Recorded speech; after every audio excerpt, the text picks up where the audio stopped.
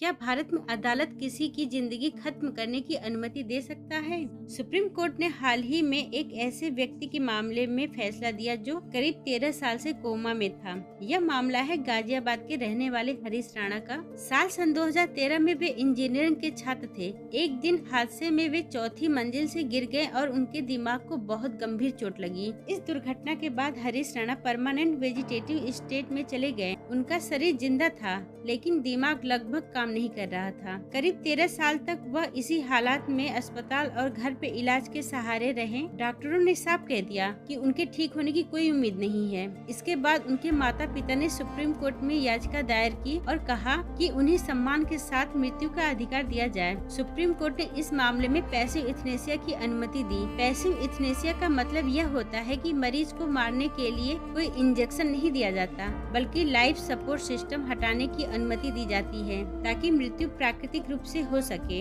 लेकिन भारत में यह पहली बार नहीं हुआ है। इससे पहले एक बहुत चर्चित मामला था अरुणा शानबाग का। अरुणा शानबाग मुंबई की किंग एडवर्ड मेमोरियल हॉस्पिटल में नर्स थी। साल 1973 में अस्पताल के अंदर उन पे हमला किया गया और गला घोट दिया गया। इस हमले के कारण उनका दिमाग गंभीर रूप से क्षतिग्रस्त हो गया। इसके बाद वह लगभग 42 साल तक वेंटिलेटिव स्टेज में रही। सन 2011 में उनका मामला सुप्रीम कोर्ट में पहुंचा। सुप्रीम कोर्ट ने कहा कि भारत में एक्टिव इथनेसिया अवैध है, लेकिन पैसिव इथनेसिया कुछ शर्तों के साथ अनुमति दी जा सकती है। फिर सन 2018 में सुप्रीम कोर्ट ने कॉमन कॉज बनाम यूनियन ऑफ इंडिया केस में एक और बड़ा फैसला दिया। कोर्ट ने कहा कि सम्मान के साथ मरने का अधिकार भी संविधान के आर्टिकल 21 यानी राइट टू लाइफ का हिस्सा है। साथ ही अदालत में लिविंग विल की अनुमति दी, मतलब कि कोई व्यक्ति पहले से ही लिख सकता है कि अगर वह भविष्य में कोमा में चला जाए तो उसके साथ क्या किया जाए। इसलिए भारत में किसी को सीधे मारना यानी एक्टिव इथनेसिया अवैध है। लेकिन अगर कोई व्यक्ति लंबे समय तक कोमा में हो और ठीक होने की उम्मीद न हो